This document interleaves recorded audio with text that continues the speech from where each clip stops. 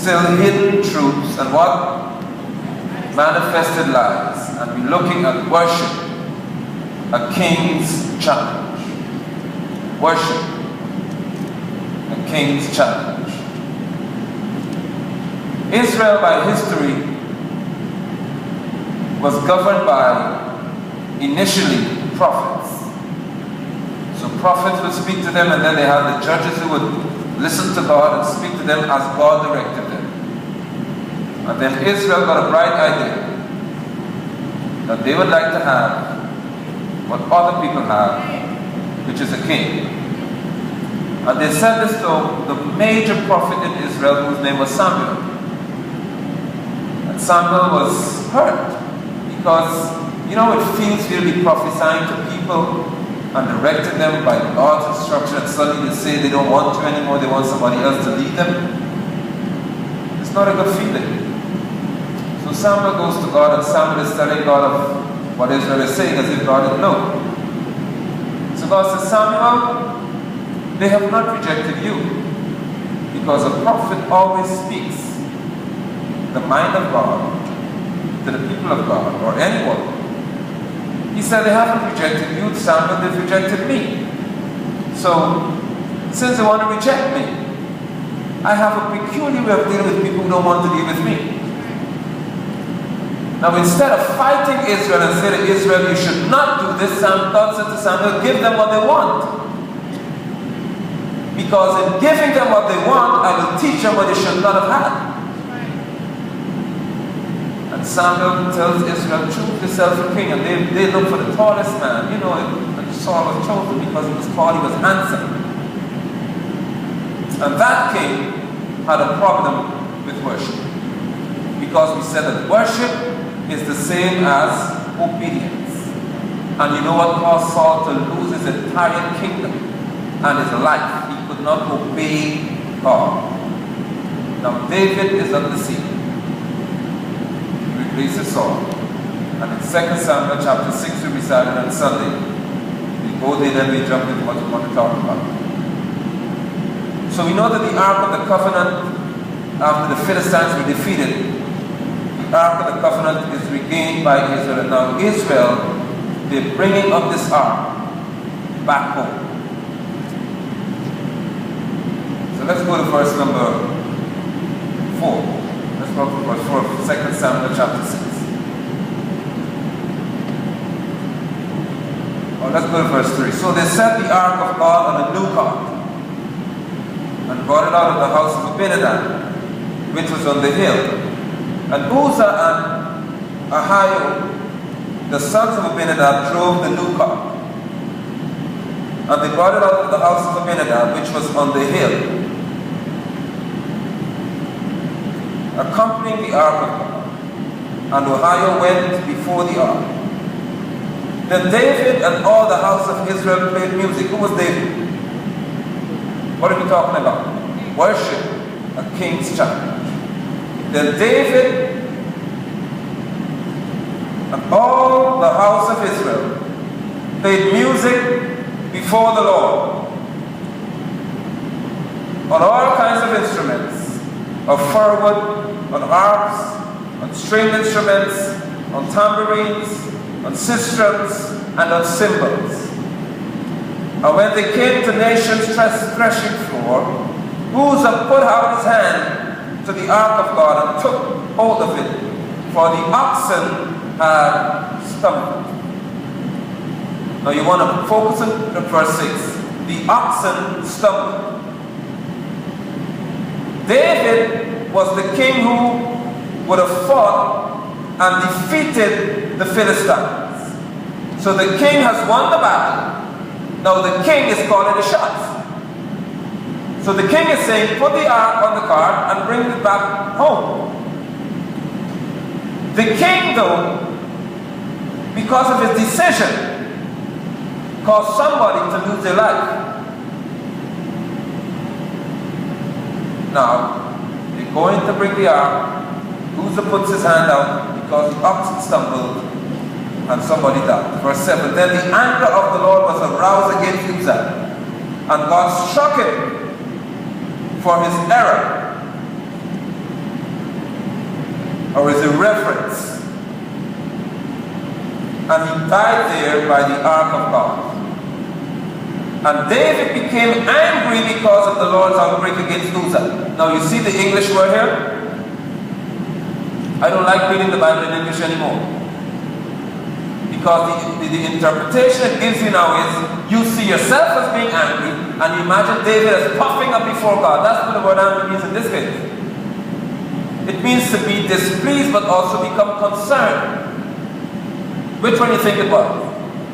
Because you'll see his action after that. See trouble with English?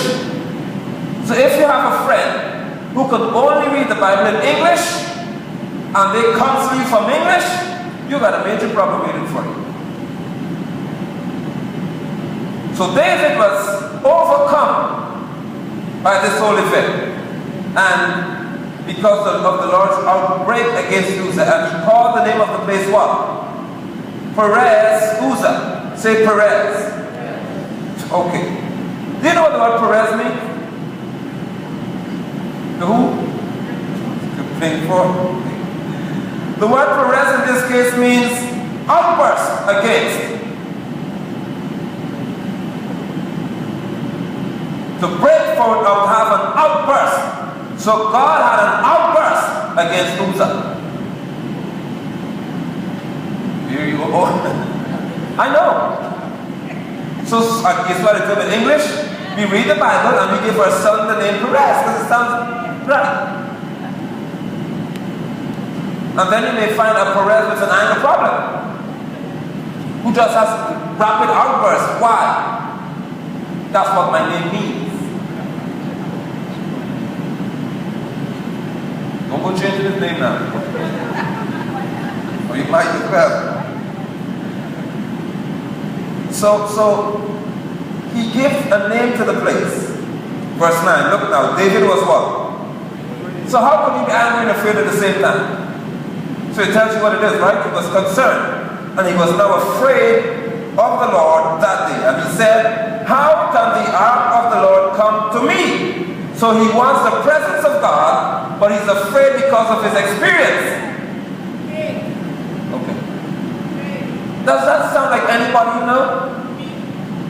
You want the presence, but experiences in life would have taught you that when I ask for the presence, it sometimes affects people around me, not just me. Because God is kind of big, that when he shows up in your house, he affects the whole house, not just you. So you may be the only one in your house who is saved, but when his presence comes in you, the whole house is in chaos. Because his presence affects regions, not just your house. So your whole block begins to have a problem. And when they want to hold a block party, the system always calling off, the power goes out on the street, somebody fight and get shoot, the police shut it down, because your presence affects the whole block. And if you think that is bad enough, then it begins to affect the city you live in. One person, that's all God means, one person could shift the United States of America if the presence is really in them. Did Osama bin Laden change the whole world? Last I checked, you know that what God is in if he got any. But he got you taking your shoes off. He is dead and in the bottom of the sea, and you still have to take your shoes off. And belt. And stand in the X-ray machine, you don't know how much they see. Because one man's mentality shifted humanity. Think about you now with the divine ruler living in you and how much it can affect you, and you scared to quacks on the street. The king wanted to have the presence of God brought back to him, but he was afraid. So instead of taking another risk for somebody else to die, he made an executive decision, because he's a king. The king then said, let us give the ark to Obed-Edom. Put it in his house. Because I ain't going to let myself die. See how the king thinks? I will make an executive decision and let the presence of God stay in somebody else's house. So God looks at the king's actions and read verse 12. No, hold on. 11 is good. 11 is good. The ark of the Lord remained in the house of Obed-Edom, the Gittite. This was not a Levite now. For how long? 3 months. 3 is the number of what? What I told you before. Divine perfection. So look at how God works now. And the Lord blessed Obed-Edom. And what? Okay. So the presence of God in one man's house affected everybody in the house. Now some of your relatives don't understand why they're still living. They're calling you on the phone and cussing you out, but they don't understand that it's because of you they're still alive. They don't understand the significance of the presence of God in your life. Neither do you understand it. But God, who is King of all kings, understands that your mother don't have cancer because you've been blessed. And you waiting patiently to see somebody get sick. But the presence of God is keeping your entire family in check because of God's mercy on your life. Glory to God. Obed's whole household is blessed because of God's presence among them. Blessing doesn't mean house and car all the time. It sometimes means just being able to say good morning because they're still living. If God were to deal with them the way they dealt with you, you would have no law living on this planet today. So God is showing the king, you made an executive decision to put my presence in the house of somebody who's not a Levite, but I bless them anyhow.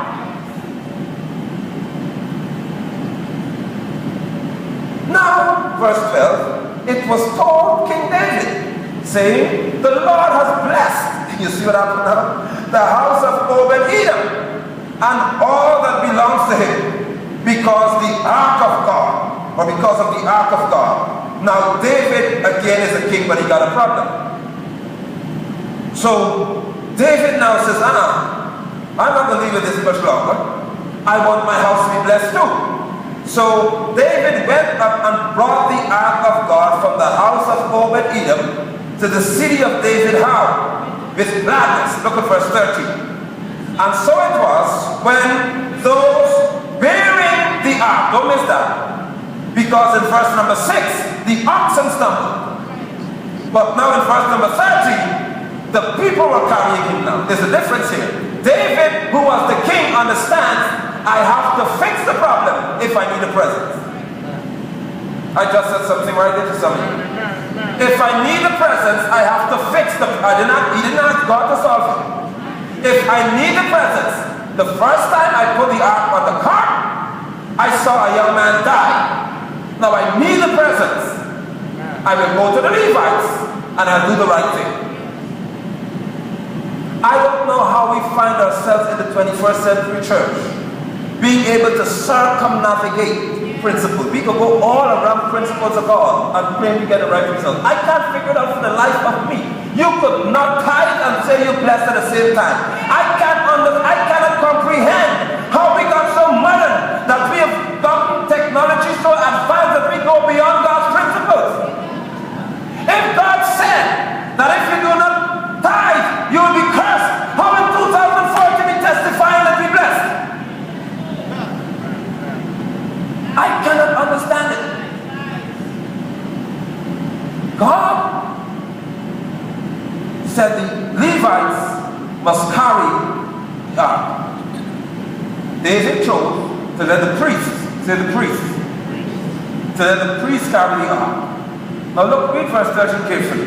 And so it was when those bearing the ark of the Lord had gone 6 paces or 6 steps. What happened? He sacrificed what? Look at verse 6. In verse 6, the oxen stumbled. In verse 13, the oxen is sacrificed. Look at it carefully. In verse 6, the ark is on the oxen and the oxen is walking and the cow stumbled. In verse 13, the cow is now killed by the king. What are you saying, Pastor? We said on Sunday that putting the ark on the cart is, in our society, is when programs run the church. and when man's ways or instinct govern worship. Now the king said, I wouldn't even give the oxen a chance to live. I have killed the program. In other words, I've offered the program up to God. So now David is now acting not as a king, he's acting as a priest. He's willing to give God the sacrifice of the strength. Glory be to Jesus. Some of us are still holding on to what we know could work and make life easy. And God is saying, I'm waiting for you to release to me all this, what you know is stronger than you. Let it go and make me God for real. Let it go and make me God for real. David sacrificed the oxen, so there's no more oxen to put the cart on in his book. He offered God the program. When the pastors get to the place to offer God the program, I don't mind what happens at our ordination ceremony. God will determine how it flows in here. So don't get shocked if we start laying hands and you fall out in this building. I don't care what happens. God shall dictate what happens in this house right here, among this congregation. Because I have seen the disaster when men put their hand and try to control the presence of God. David killed the oxen. So I am open on that day. I don't know what will happen. I am just open for it because my mind is set that God, I won't give the oxen a chance to stumble. I'll offer it all to you. David has transitioned from being a king to being a priest. The Bible calls us in the book of Revelation kings and priests unto the Lord. Listen to what happens to you when you come to church and when you live your life every day. Most of you before me live as a king or as a queen. You don't like the priestly anointing. Preaching for you still, because I'm about to testify for my daughter right here. Her name itself means queen.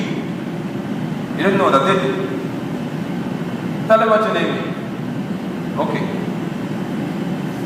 So for much of her life, including when she met me, she had a queenly approach to God, which was, now you could shake me up a little bit, but don't have me with too much outbursts and stuff and exposure and all that because I'm a queen.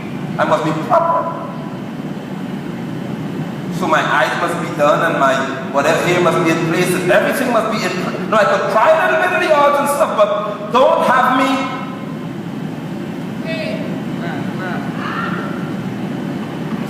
And some of you here come before God like kings and queens. So have me and my experience, God, it must be so structured, even in church, that I must still remain with honor. And God took her before her 21st birthday and shook everything she held on to. Now I could see my daughter saying, I don't care. You see what she does on Tuesday? She don't even wait for the team to come. Because when he shakes the queen in you, there's a priest that comes out. Because you see, kings like thrones. Kings like to sit and be served. But when pressure starts to hit you in life, you just get up off the throne and say, I can't wait. I can't make this mistake any longer. I will get up from this throne. I will wait for a servant to come and sing for me. I will sing for myself. Because experiences get you off the throne. It's called hardship. When God begins to put his foot on your neck, you begin to understand that, you know what, I could give this throne up for a second. Ain't that important? Ain't that important? Ain't that special? All it takes, personally, is one rough season. And then nobody got to defeat you in battle, they got to fight you in no. God just has to squeeze your throat for 20 seconds. And you get up on the throne and start walking as a priest and say, if you can forget that, I am now going into worship mode.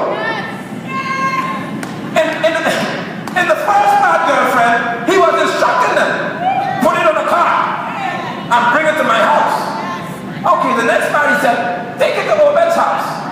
Oh, you still got a message? You still don't understand me, right? Okay then. But after a while, David understood, if this man could be so ridiculously blessed, I need to solve my attitude towards the presence. So God, I will send for the men. And I now transition to offer you a sacrifice. That's a priest in operation, not king anymore.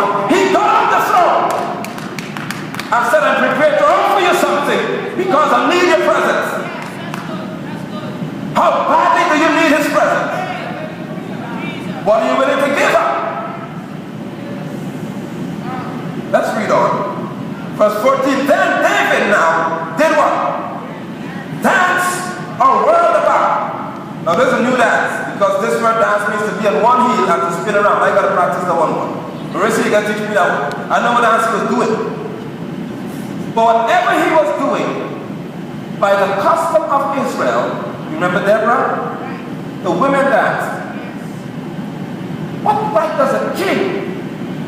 Why should a king get off a throne and dance when women should be doing it?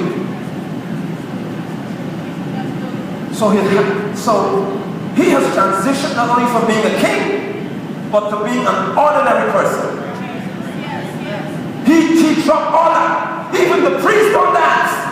So he came from king to priest to ordinary person. Because the presence of God is so valuable to me that I don't care about my position when I stand before him. I'm helping those of you who will be ordained soon.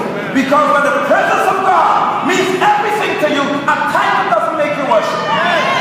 So I could sit at the back of a building and they don't have to recognize who I am and my hand will go up. But if you only need a stage to put your hand up, you go, hold on. There's a squeeze coming. Tell your neighbor there's a squeeze coming. God will put. That's why they wear collars for the anniversary, for the ordination. They're going to remind you what to do with a collar on a dog, a choke. I should have a gap behind it with a string.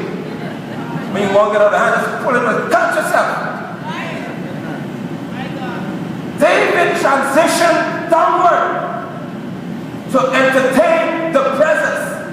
Don't miss that. He didn't walk up on the throne. He took a downward transition to celebrate the presence. He was shouting, he was dancing, he was, look at verse 14. He danced before the Lord with all his might. And David was wearing what? A linen ephod.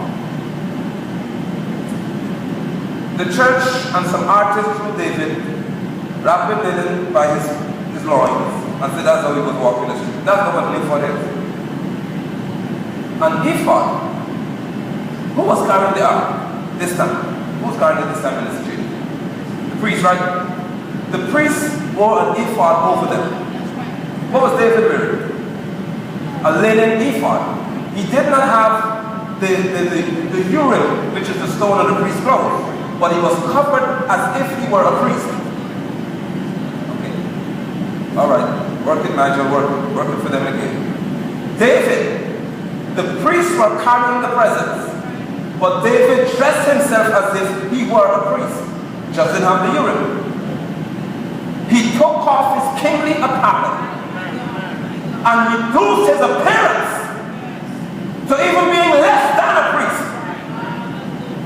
But he was still dressed in an ephod. And he's walking with the ark. How many of you could strip some of the titles you look for?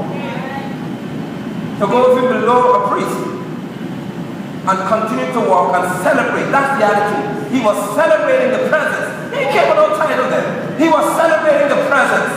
And now, church, he danced. And all the house of Israel brought up the ark of God with a loud shout. They were having a party.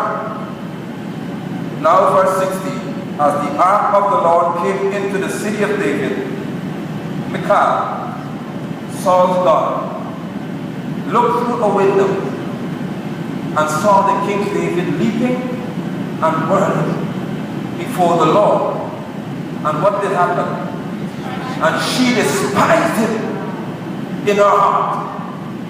Look at how the Bible addresses who she is. And Michal, what? It didn't say David's wife, did it? Because it's addressing her spirit, not David's wife. Saul, her father, had a problem with appreciating the presence. His daughter can't value anymore the presence because all Saul was concerned about is his image. Even to the point of death, you know what he said?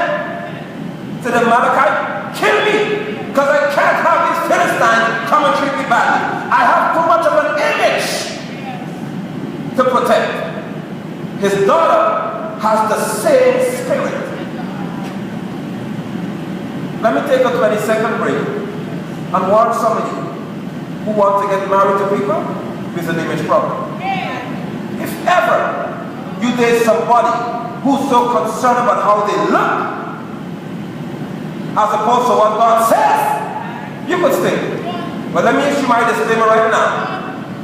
No one is qualified to marry you if people's mind about them is superior to what God said to you. You got a major problem. Saul gave David this girl. He didn't ask him for her. He killed Goliath and that's what he got. Or did you miss that one again? Melissa, he solved the king's problem, and the king gave him a problem. Yufi was a great reward he got. He solved the king's problem, and the king gave him somebody who stuck with him until she manifested who she really was. You see, some of you think when you help people and they give you something, it's really a blessing. You will learn the lesson in 120 seconds from now. Don't worry. Don't worry. You feel everybody you help and they offer you something into something good. Oh God, bless me through her. Watch it. Watch it. Let me repeat it for you. If you feel that everybody you bless and they offer you something is a blessing, watch it. Because last I checked, cursed people can't bless me. I don't matter what form you come in. If God tells me you curse, don't offer me anything because it cursed him. God rejected Cain and his offering. So don't come to me with your curse and try to offer me something because it is good to you. That'll work. I am better off being broke and blessed than being rich and cursed. I don't go looking for no sinner to bless me. He solved a fearful king's problem. And the fearful king gave him a despiseful woman who had a great interest in her queenly approach to the situation. So she said, I am the queen. And my husband is dancing in the street.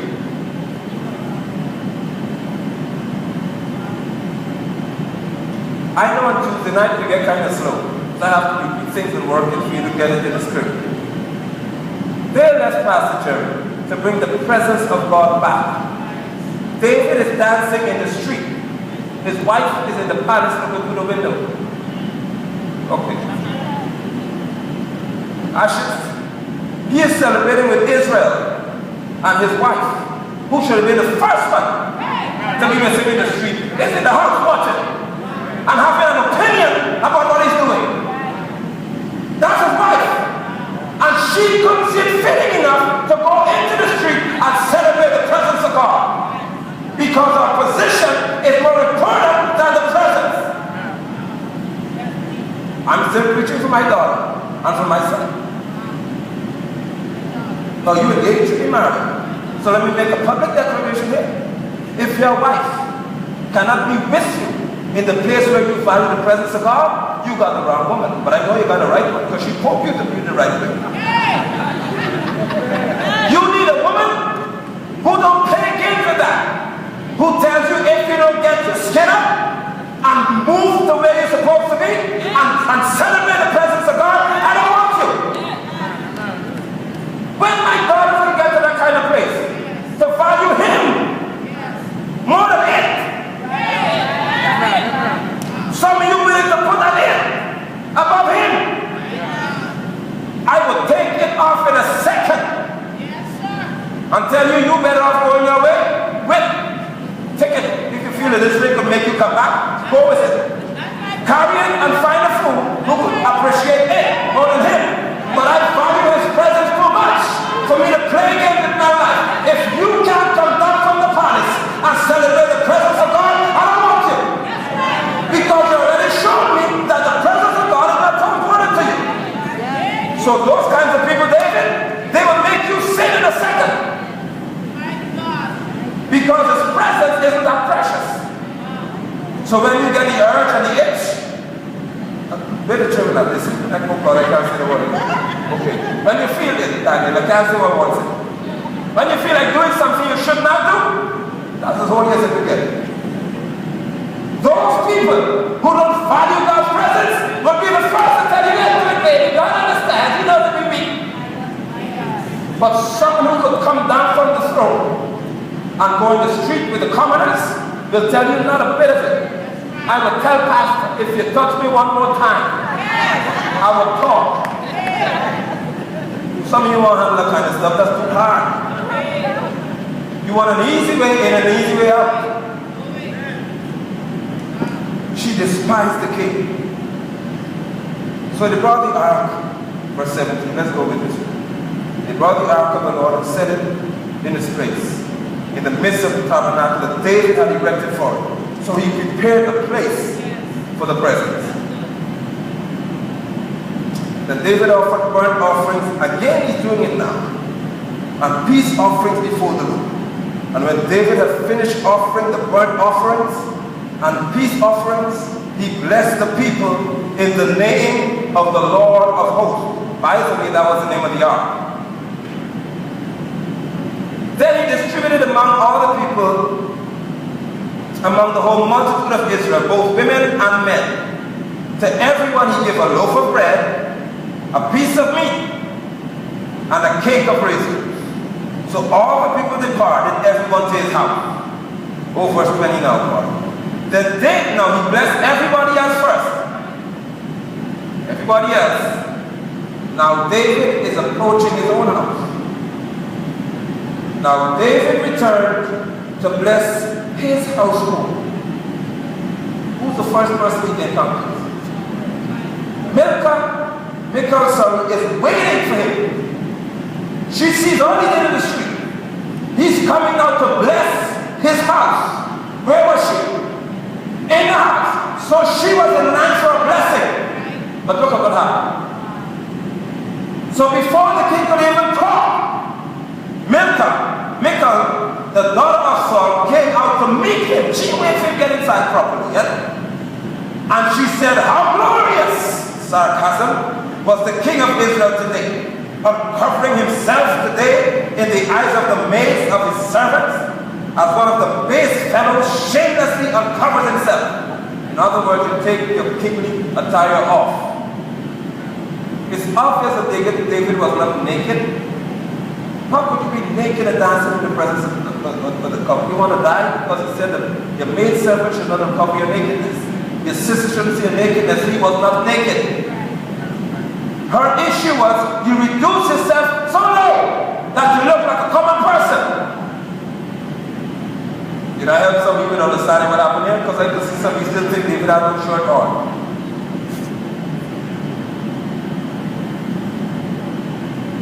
David returned to bless his household, and the people outside of his household received the blessing. But the one in his household has a problem with his attitude toward God. I always say, it's a shame when the people who should be the first to celebrate you are the first to criticize you. And some of you have tried the best to reach out to your family first. That's a natural action. And they're the first one to question whether God is in your life for real. The first set. You're excited to tell your mother, your father, your brother, your sister, oh my God, God did something good for me today. And they have an attitude. As if, what are you talking about? Why do you think you have to be all excited like that? Since when God could talk to you? That's your family. The people on the outside received the blessing and went home. When the king shows to his own family, she has a problem.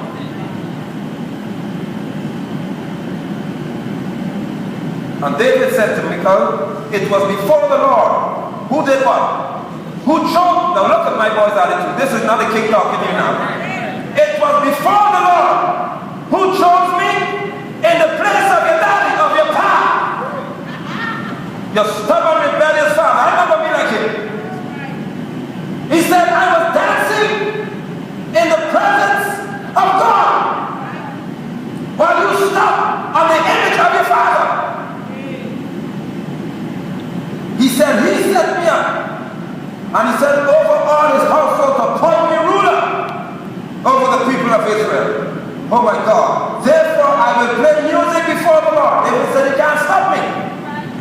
I still don't see how people have a problem with music in the church. He was dancing, wasn't he? So why they say you guys can't dance in church? And they preach for David. They read Psalm 23. And there's the same one who was dancing in the street wrote the psalm. And he looked at me and he said, I will be even more undignified than this, and will be humble in my own sight. Time to break that down for you. If you feel that your family has a problem with you now, tell them you won't see anything yet. If you feel that God using me now, and you have itchy hands and feet and attitudes and you can't stand my being in church so long and praying so much and telling you God said you need to fix something in your life, you can't handle that, tell him you haven't seen anything yet, because I still have another notch to turn it up to. David said, I shall be more undignified than this. And then he said, look what he said to her, and will be humble in my own sight. Let me help you to understand what that means. Some of you in this life serve God based on what people tell you. So if you come to church and I say let's clap and let's dance, you looking at, oh my God, if my brother, if my sister, if my cousin, if somebody sees me dancing and clapping in church or falling on the altar, when I get home today, it'll be a problem. So let me just reduce myself to suit their opinion and walk out of church. But David said, I will be humble in my own sight. In other words, as long as I go before God and God is okay with what I do, I can say to hell with you, church. I go and say some things to some people in here that like, I got to fix them out properly. If I could go before God and God could accept me as I am, you could go right where the monkey went. Go to the same spot and that's happen for a while. Because even now like that, I've been through too much. David was rejected by the Philistines. He was used and kicked out by the Philistines. Saul wanted to kill him. He got to hide in a cave. Then God delivers him. He saw a man die, and now God's presence is with him, and you got an attitude. Oh, Minister Barrett, pray, lay hands on me, let me know God. Save my little Jesus. Touch me, so I won't misbehave in this church tonight. If you understand the journey it took, that's why I know who in God's presence will, who don't have it. If you understand the journey your life took to get to where you are now, anybody comes with foolishness. Why you have to behave like that in church? Why you gotta talk? Listen, you get an itch. You won't make me get upset. Try to tell me about my God and how I deal with my God. Now you can tell me about my mother, my father, you can tell me about all you want. But don't you dare come between me and my God and my desire to praise Him. When I ask you for a time out, I need to go in His presence, just leave me alone. Don't get between me and that. And I thank God for my girlfriend. I had to pick her up every time. My wife understands when it's time for me to go with my daddy. She don't bother me. She leave me alone. Because you know why she's so smart? The hell I put her through. She understands that the good days are here because I spent time with him. Some of you women didn't get it yet. The man was crazy. And you let him go in God's presence. And he called himself. And now he catch himself, he don't want him to go back. Before you tell him, go somewhere, go, leave me, go back. Go and talk to God some more. You want him to take me to dinner, take me to this, take me to that, take me to that, and do everything but what it took to get you to love me this way again. Oh, Jesus, deliver them tonight in this house. I say, God, your presence. I understand what your presence is heaven to me means. Father, I don't need anything else but your presence, Jesus. David said to her, listen here. You and your daddy won't stop me from going to God's presence. I will behave worse because I value him too much. The old people used to say, I love him too much to turn back now. I love him. I love him too much. He has been too good to me. He found me when I was in despair, when I was down. Wait a minute. David was a shepherd. One of the lowest categories of servants. And from being a shepherd, in one day, he got an anointing to be a king. And now you telling them must not dance? Listen, Nicole. Okay. All right. Okay. David said, I will be worse than this. But as far as for the maid servants of whom you've spoken, by them I will be held in honor. Verse 23 is a sad verse, but it's a good verse for my daughter. Look what happened. Therefore, Michal, the daughter of Saul, had no children all the days of her life. David never cursed her. David just said, I will die before God, leave me alone. My question is, who cursed her? Brethren, come here to me, baby. Come for me, Pastor. To you, brother, let me tell you why I said all I said right now. Stand right here. If you continue to worship, and if you continue to worship, you don't have to fight. You would never be charged with cursing anybody. If you continue to be obedient, and you continue to be obedient to God, you don't have to defend yourself and people and him. David said to Michal, I will dance because I want to dance. And he said the same women you talk about as if they're just ordinary nobodies, God will honor me with them. And then God said, don't talk anymore, David, let me get to work. And God cursed Michal with a curse that only a woman could have. He cursed her womb because she cursed the daughters of Zion who were dancing on the outside. And anybody who rises up against you in this year of your life, when you desire to be deeper with God, you don't have to curse them. Heaven will make a decision that's an executive decision that you never know about. Because David still tried to make baby, but she could not produce. And as much as you try to help them, you can't fix it. Because when heaven makes a decision about anybody who comes against you, you can't fix it. You cannot touch what God decides to put his hand on. You're 21. And people want to take you for granted and just say casual words where you're concerned. You're 25 and you're too young to be stepping out in faith and doing what God said to do. Let him try touching you in person. In 2014, let him try doing it.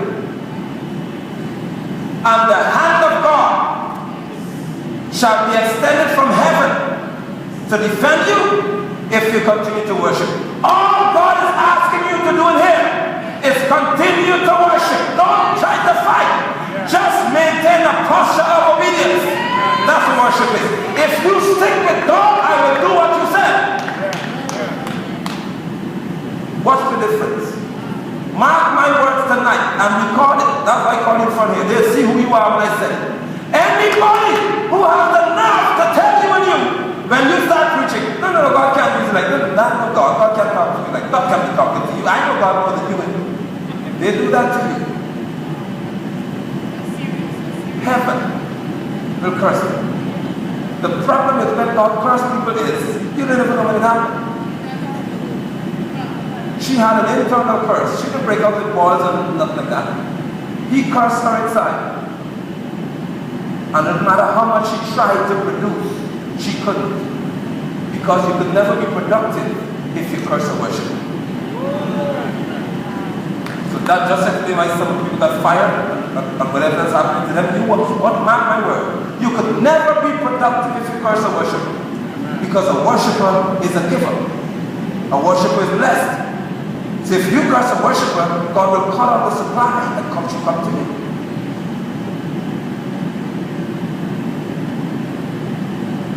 Don't ever try to take God's position and curse people because you get upset. Just maintain your stance and say, you know what? I shall bless God even more. I had a dream. Your hand is up? Or one second. To give it my consent. I was sleeping this morning. Both you know Bishop Ellis is to me. That's my spiritual grandfather. I don't drink. I eat sleep. I was awakened because it was too real. Listen to what my spiritual grandfather, Bishop Neil Ellis, is saying to me when I was sleeping. He was preaching one night in the dream. And he had no armor bearer. This is the first time I saw him preach with nobody around him to help him. And I was in the area and I got up and I went to help him. I said, Bishop, can I help him, please? And I helped him. It was cold. And he had no cover on his head. So I said, Bishop, don't wear the cold. Let me cover your head for you. Otherwise you get sick. You got to preach. I covered his head and walked into the car. He got in the car and he got back out and came back to find me. Listen to his words to me. It doesn't matter what they do to you. Don't stop preaching. I said, well, look, this man must see nobody sitting here now. He kept preaching. He got back up on the stage, nobody in the church. And he grabbed the microphone and started to preach. Whatever they do to you, he's telling me, don't stop preaching. Don't stop speaking. Continue to do what God assigned you to do, and God will bless you every time. And that is my instruction for the two of you tonight. I don't care what they do to you down the road. Don't stop doing what you've been assigned to do. Never make people detach you from your assignment. Never. I will continue to talk until I drop dead if I have to. I don't dream, I said. When I got up, that's the first thing I see. Tell them. Not even me. Tell them. Doesn't matter what they do to you, don't stop talking. They could despise you. They could hate you. They could walk away from you. Don't stop talking. David never said to his wife, I wouldn't dance anymore since you got upset. What he said, I would be even more undignified. Because if you, at base level, could be upset when I dance with an ephod, you're going to need to get even deeper.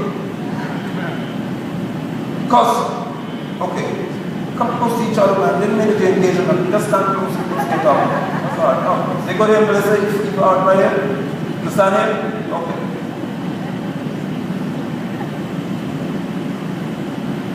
Let me set home with this statement right here. And this is going to invite all you hear me say. I want to hear me say. Marissa, there's some people in this world who are too low to curse.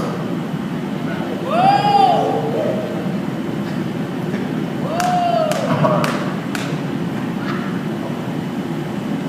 They don't even have the resources to curse. They have gone so low that the ability to curse is not within the parameter of their reach. They can't get there. You can find some of them. They will talk and talk and talk until they get so low that when they see they can't say nothing. They can't say a word. Because they've gone too low to curse. And the only way they can curse you again is if you come down to another level where they can now see it talk one more time. But as long as you continue to climb, you go beyond the range of a curse.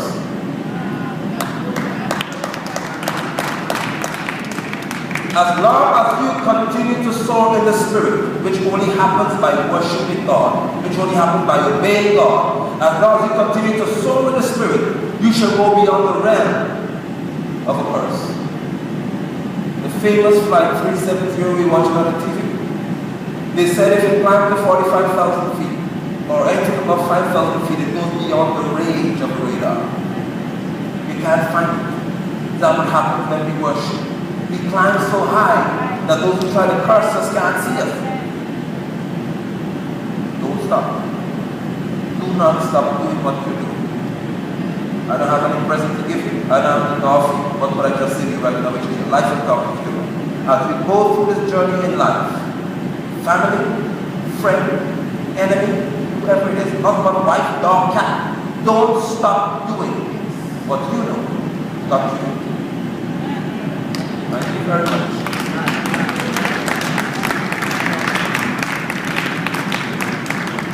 It costs you too much when you pause for people. It costs you too much when you take a break to explain to people why you're where you are. It costs you too much time when you try to come down to a level to talk about where God has you right now. When you get to a place of the priest, not the king, because the king always wants to be in charge. The priest wants to worship. The king wants to be in charge. The priest compassionate wants to worship.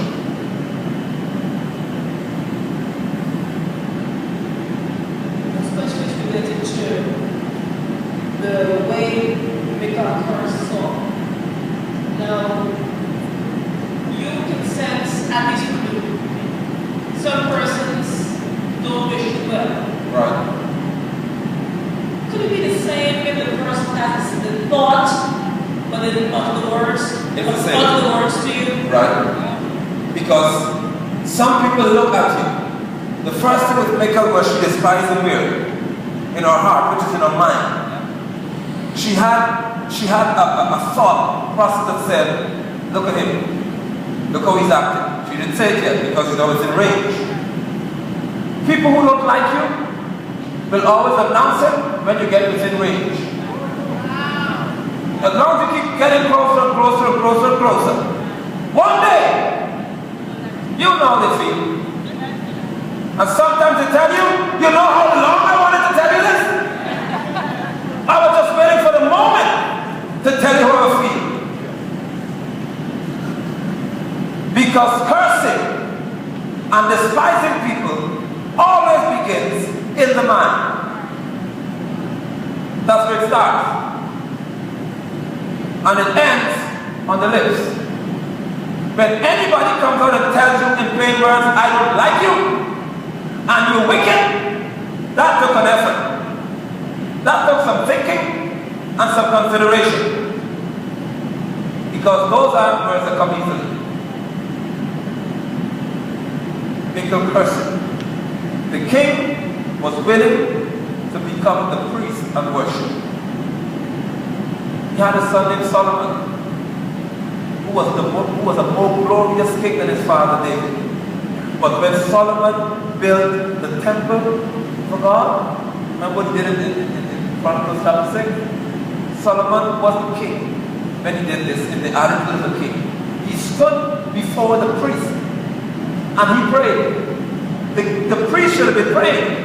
The king offered thousands upon thousands of animal sacrifice because my daddy stepped from the throne and acted like a priest. Now I'm willing to do the same thing. He stood up before Israel and Solomon began to pray. Oh my God. If you read that prayer, the day we get a building, let me tell you from now, that is our own for real, that's where I'm preaching from. I'm going to bring in a guest speaker to talk.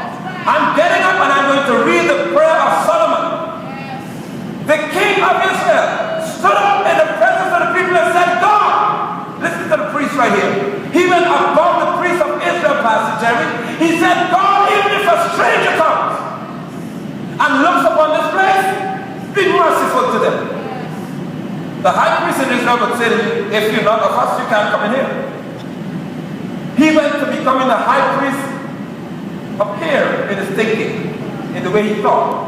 He thought like Jesus. Even if a stranger comes to this house, bless them, God, be merciful to them. Let Israel never shut out a stranger if they look onto this place. But God, if we go away from you, if we stray from your presence, when we look at this place again, please hear us. That was not a king, that was the priest. Don't come to God as a king. Don't come here as a queen. Come here as a priest. I'm done, sir.